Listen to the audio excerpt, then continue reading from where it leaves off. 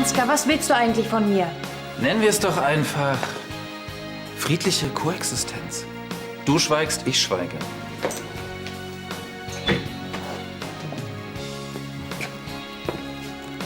Habe ich's doch vermutet. Auf den Spuren des ehrenwerten Vaters. Mit anderen Worten, ich stehe geschäftlich vor dem Aus. Weil Sie falsch gespielt haben, Graf Lahnstein.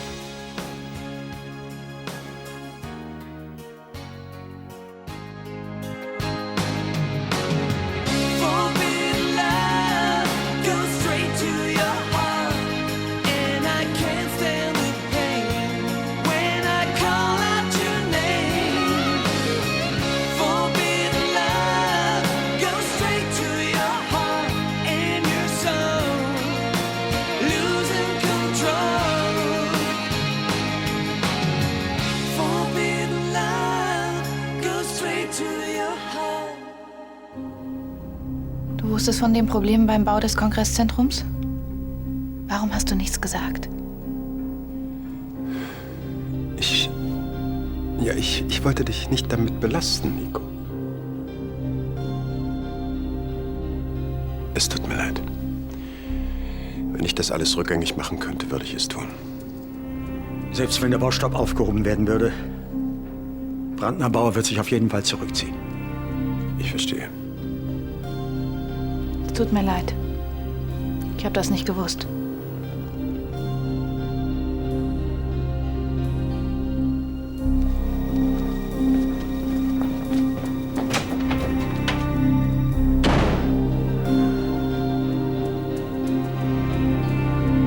Das ist ein Scherz, oder? Ich soll im Archiv arbeiten? Vanessa, zu deinem Job als Aushilfe gehört das dazu. Ich weiß, das klingt alles erstmal nicht besonders spannend, aber du wirst... Spannend? Sehr witzig. Ich wühle mich doch nicht durch irgendwelche verstaubten Akten. Carla, das ist eine Frechheit, mir sowas aufs Auge zu drücken. Vanessa, jetzt bleib mal ruhig. Wie gesagt, auf den ersten Blick ist das alles nicht besonders spannend.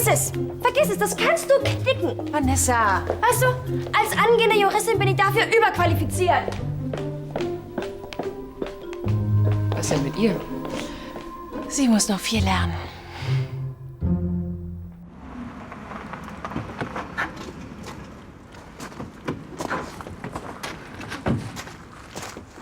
Nico, Es ist alles gesagt.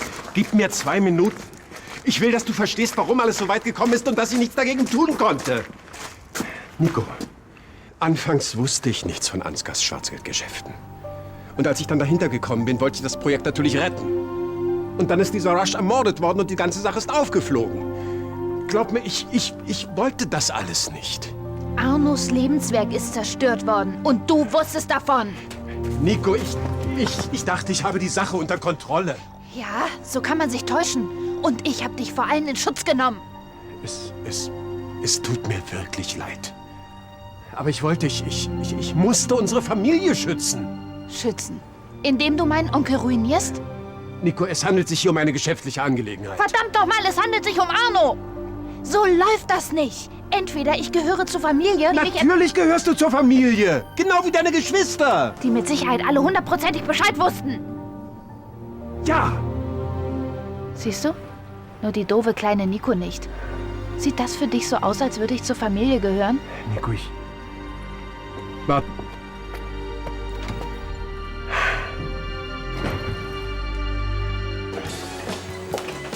Ein Wasser. Na, zu dem Outfit würde besser ein Cocktail passen. Was machst du denn hier? Ist heute nicht dein erster Arbeitstag? Feierabend. Und wieso das? Der Job ist einfach das Letzte. Im Archiv Akten ordnen. Das ist mir zu trocken. Archiv. Carla wollte mich ins Archiv stecken. Mich. Zieh dir das mal rein. Nicht mit mir. Bitte sehr. Und dann auch noch bei der lächerlichen Bezahlung. Wer bin ich denn? Das heißt, du hast den Job geschmissen? Klar, was denkst du denn? Ich bin doch nicht Carlas Privatdepp. Und was ist dann mit der Kohle, die ich dir geliehen habe? Ja, kriegst du schon. Keine Panik. Fragt sich nur wann. Vanessa, ich hab's auch nicht gerade dicke. Jana, du nervst. Aber okay, wenn das so dringend ist. Die Teile kannst du bestimmt in den Laden zurückgeben und Geld zurückkriegen. Diese Teile sind getragen, dafür kriege ich keinen Cent mehr. Also, wie sieht's aus? Wann krieg ich meine Kohle? Keine Ahnung. Hey, Hey, das Wasser! Nico!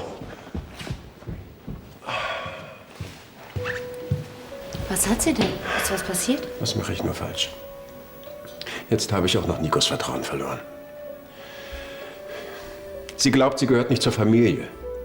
Wieso denn? Ach, Cecile, ich bin ein Idiot. Erzähl doch erst mal in Ruhe, was passiert ist.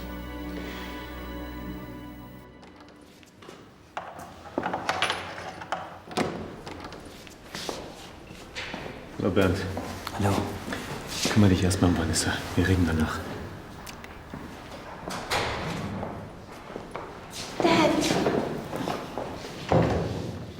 Kein Körperkontakt. Wie geht's dir? Blendend. Es geht doch nichts über einen geregelten Tagesablauf. Wecken, essen, Hofgang, schließen, Licht aus. Na, egal. Erzähl, wie läuft's bei dir? Carla hat mir einen Job in der Holding angeboten. Ja, hey, das ist doch klasse. Naja, wie man's nimmt.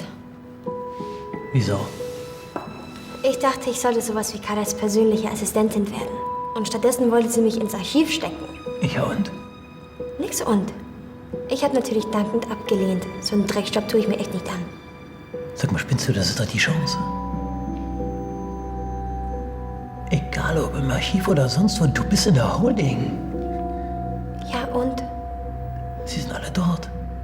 Ansgar, Silvia, Tanja, das ganze intrigante Pack. Du musst nur noch die Augen aufmachen. Vielleicht findest du irgendwelche Beweise, dass Tanja oder Ansgar Rush umgebracht haben. Mensch, dann wäre meine Unschuld bewiesen und ich komme hier endlich raus. Daddy, ich weiß nicht. Mein letzter Versuch zu schnüffeln ging ganz schön in die Hose. Ja, aber das war doch was ganz anderes. Jetzt arbeitest du offiziell für die Holding. Da wundert sich niemand, wenn du mal in irgendeinem Büro auftauchst. Vanessa, das ist die Chance. Du musst mit Carla reden und ihr erklären, dass du den Job doch noch willst. Engelchen, tu's für mich. Bitte.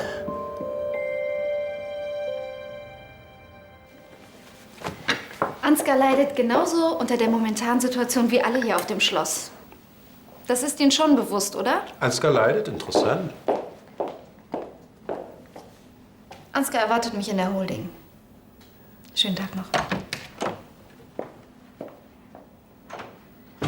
Was bildet diese Person sich eigentlich ein?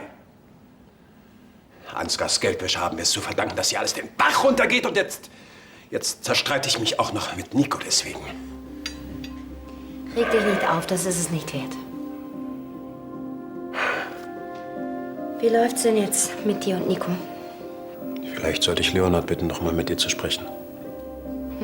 Ich glaube, es ist besser, wenn du Nico selbst entscheiden lässt, wann der richtige Zeitpunkt für ein Gespräch ist. Dass sie jetzt alles mit sich allein ausmacht, das gefällt mir überhaupt nicht. Hab Geduld und gib ihr die Zeit, die sie braucht. Vielleicht hat sie ja recht. Und es ist mir wirklich nicht gelungen, sie in unsere Familie zu integrieren. Woher kommt denn der plötzliche Sinneswandel? Jana hat mir klargemacht, dass ich total blöd war und dass ich dir eigentlich dankbar sein soll, dass du mir einen Job gegeben hast. Okay, ich brauche ganz dringend Geld. Gut, dann lass es uns doch mal versuchen. Danke, das werde ich dir nie vergessen. Übertreib mal nicht. Ach nee, was machen Sie denn noch hier? Vanessa ist unsere neue Aushilfe. Sieh an. Hat sich sonst niemand für den Job interessiert? Doch, aber ich war einfach die Beste. Ach ja? In was denn? Ansgar, du wirst sie in Zukunft in Ruhe lassen. Wer hier eingestellt wird, das entscheide immer noch ich. Das sehe ich aber ein bisschen anders. Deine reizende Stieftochter hier ist eine miese kleine Spionin, übrigens im Auftrag deines Herrn Gemahls. Selbst wenn. Sie haben doch nichts zu verbergen, oder?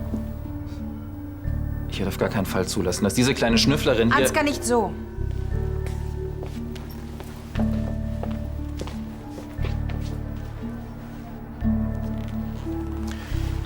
Ich glaube, glaube übrigens kaum, dass Vater begeistert sein wird, wenn diese Für kleine ein Schwester... was? Du wirst Vanessa nicht bei Vater anschwärzen. Ach ja? Sonst erfährt er vielleicht doch, dass du für mein Outing verantwortlich bist. Sind wir uns einig? Natürlich. Vanessa? Na, das wird ja auch Zeit. Können wir endlich? Ja, ich brauche noch meinen Timer. Kann ich dich kurz sprechen? Also, eigentlich wollte ich mit Ansgar zum Essen gehen. Da werden Sie noch einen Moment warten müssen. Draußen. Kein Problem. Tschüss, mein Schatz.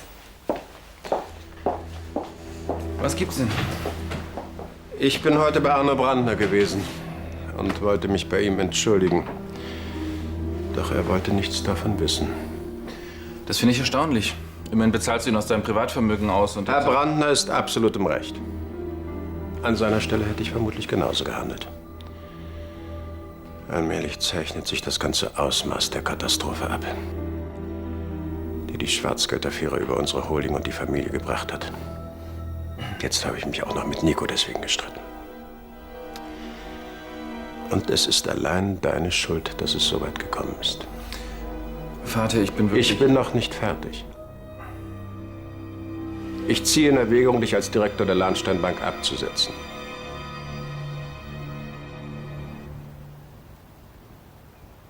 Ich frage mich, wie ich Johannes je wieder nach dieser Sache vertrauen soll. Er hat schon seine Gründe dafür, dass er Privates und Berufliches strikt trennt. Ich meine, du siehst doch selbst, was dabei rauskommt, wenn man die Sachen vermischt. Hier geht es aber um Arno und Elisabeth. Hör zu, dass er eine berufliche Entscheidung treffen musste, die sein Verhältnis zu dir belastet. Das ist ihm bestimmt nicht leicht gefallen. Das ändert aber auch nichts daran, dass er trotzdem Entscheidungen treffen muss. Und er kann es nun mal nicht jedem recht machen. Musst du nicht arbeiten oder sowas? Ja. Meine Schicht fängt gleich an. Also eins kann ich dir sagen, Nico. Immer über alles informiert zu sein, ist nicht zwingend ein Segen. Das würde ich aber gerne selbst entscheiden.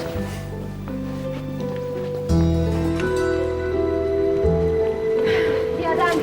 Also. Bis gleich.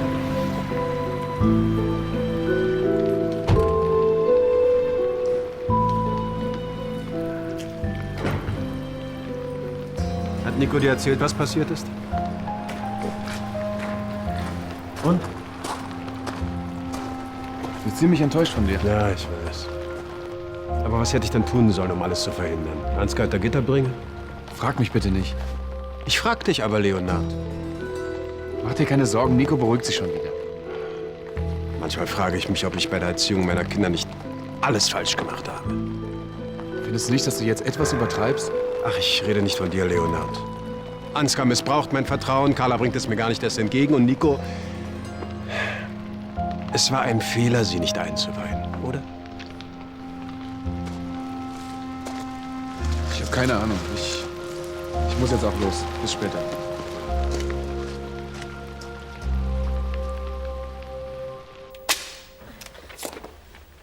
Na, alles klar? Alles bestens. Ich hätte echt nicht gedacht, dass der Job so viel Spaß macht. Na dann.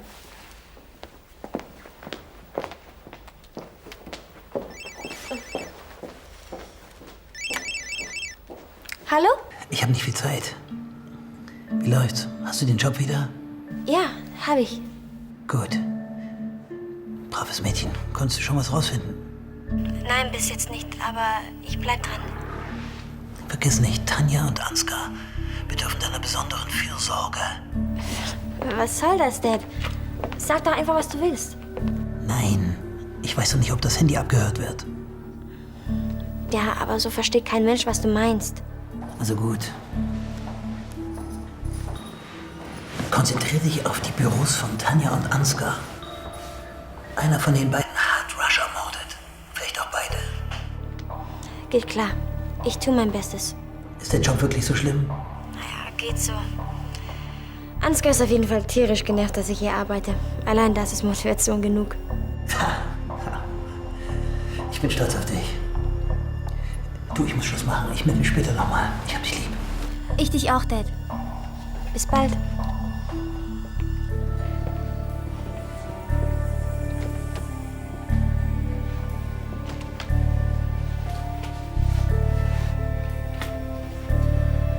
für den Tipp, Schätzchen. Es tut mir leid, dass du da so reingezogen wurdest. Es ist eine Sache zwischen deinem Vater und mir. Hätte ich einfach mit zusehen sollen, wie er deine Firma in den Konkurs treibt.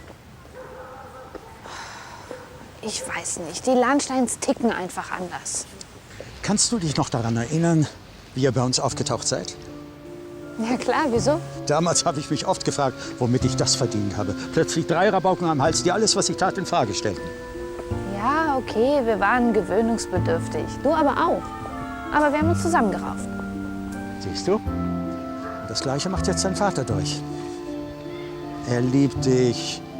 Der, wenn ich das heute richtig verstehe, bei den Geschäften um das verwünschte Kongresszentrum auch eher zu den Opfern zählt. Warum muss das nur alles so kompliziert sein? Sieh's doch einmal von der Seite. Du bist das jüngste seiner Kinder und als letztes zu ihm gekommen. Wem passiert schon so was Einmaliges?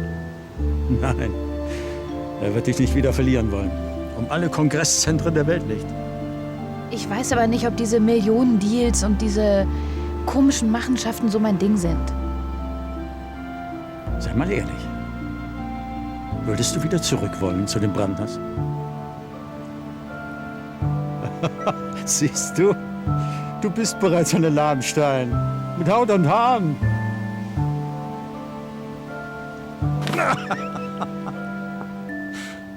Ich sag Ihnen gleich, es ist keine angenehme Lektüre.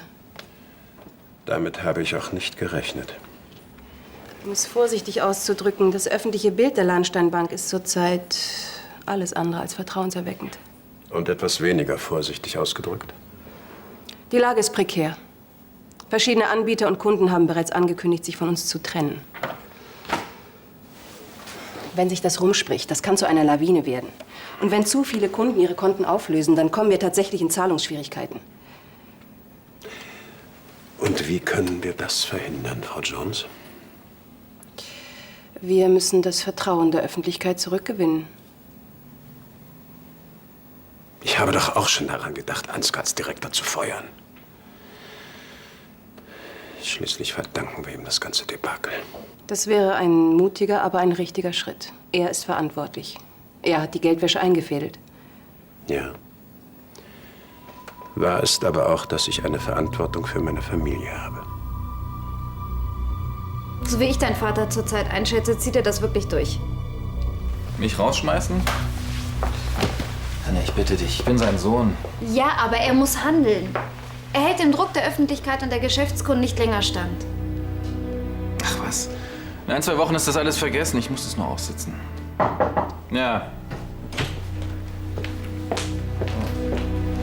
Ihre gewünschten Unterlagen? Das ist ja ganz reizend. 1000 Dank. Solche Mitarbeiterin kann man sich wirklich nur wünschen.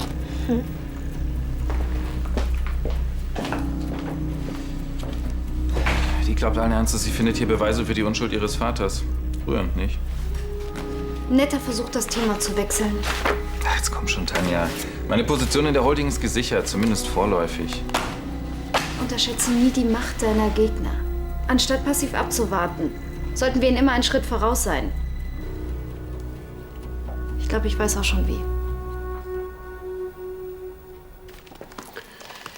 Ja, auf Wiedersehen. Wir sehen uns später. Ja.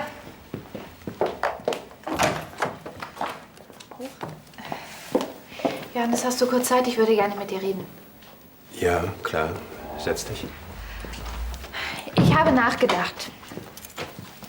Und dass ich dir vorgeworfen habe, dass du mich nicht rechtzeitig eingeweiht hast, das war ungerecht. Nein, nein, Nico. Dein Vorwurf ist absolut berechtigt. Ja, okay, gut. Aber ich habe mich doch für diese Dinge bisher gar nicht so richtig interessiert. Aber das hat sich jetzt geändert. Worauf willst du hinaus? Naja, wo Lahnstein draufsteht, sollte doch auch Lahnstein drin sein. Sie versetzen mich in Erstaunen, Gräfin. Ich trage diesen Namen und ich lebe mit allen Vor- und Nachteilen, die dieser Name mit sich bringt. Und jetzt, da ich volljährig bin, möchte ich auch gerne die Verantwortung. Danke sehr, Frau Kepler. Einen schönen Tag noch. Ihnen auch. Ah, Graf Lahnstein. Schon Feierabend? Oder gewöhnen Sie sich schon mal an Ihr neues Leben als Privatmann? Mitnichten. Im Gegensatz zu Ihnen habe ich mir meinen Status in der Holding durchaus verdient. Fühlen Sie sich nicht so sicher? Wenn Sie damit auf meinen möglichen Rücktritt anspielen wollen. Ihr Vater meint es diesmal ernst. Erstens kommt es anders. Und zweitens? Einen schönen Tag noch.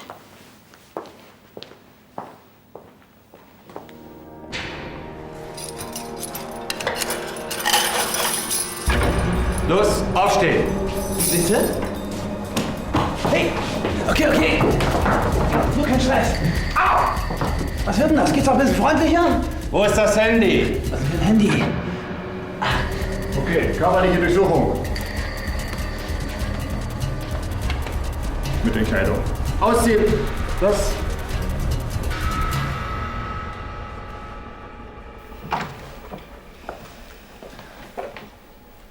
Graf Lahnstein, auch schon Feierabend. Ja. Aber im Gegensatz zu Ihnen habe ich mir den Feierabend verdient. Ich habe nämlich gearbeitet. Sie dagegen machen Ihren Job doch nur, um rumzuschnüffeln. Schwachsinn. Sie sehen Gespenster. Ach, sparen Sie sich doch die Sprüche. Wissen Sie, es ist nicht sehr clever, während der Arbeitszeit private Telefonate zu führen. Richtig dumm ist es aber, während der Arbeitszeit private Telefonate mit Ihrem Vater zu führen, der im Knast sitzt und eigentlich gar kein Handy haben dürfte. Als gesetzestreuer Bürger habe ich es für meine Pflicht gehalten, derartige Zustände zu unterbinden. Seien Sie also nicht zu enttäuscht, wenn sich da demnächst jemand anders meldet. Schönen Abend noch.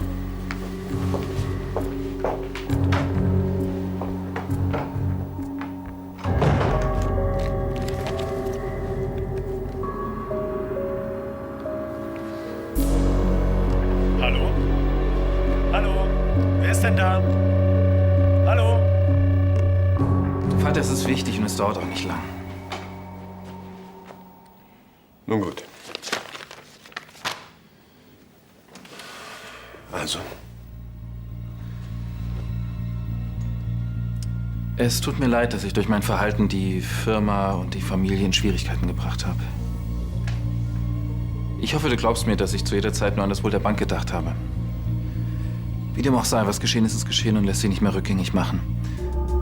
Es gibt allerdings etwas, was ich tun kann, um den guten Ruf wiederherzustellen. und das wäre?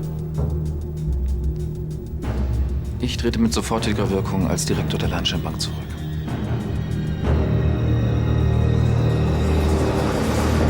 Und so geht es weiter.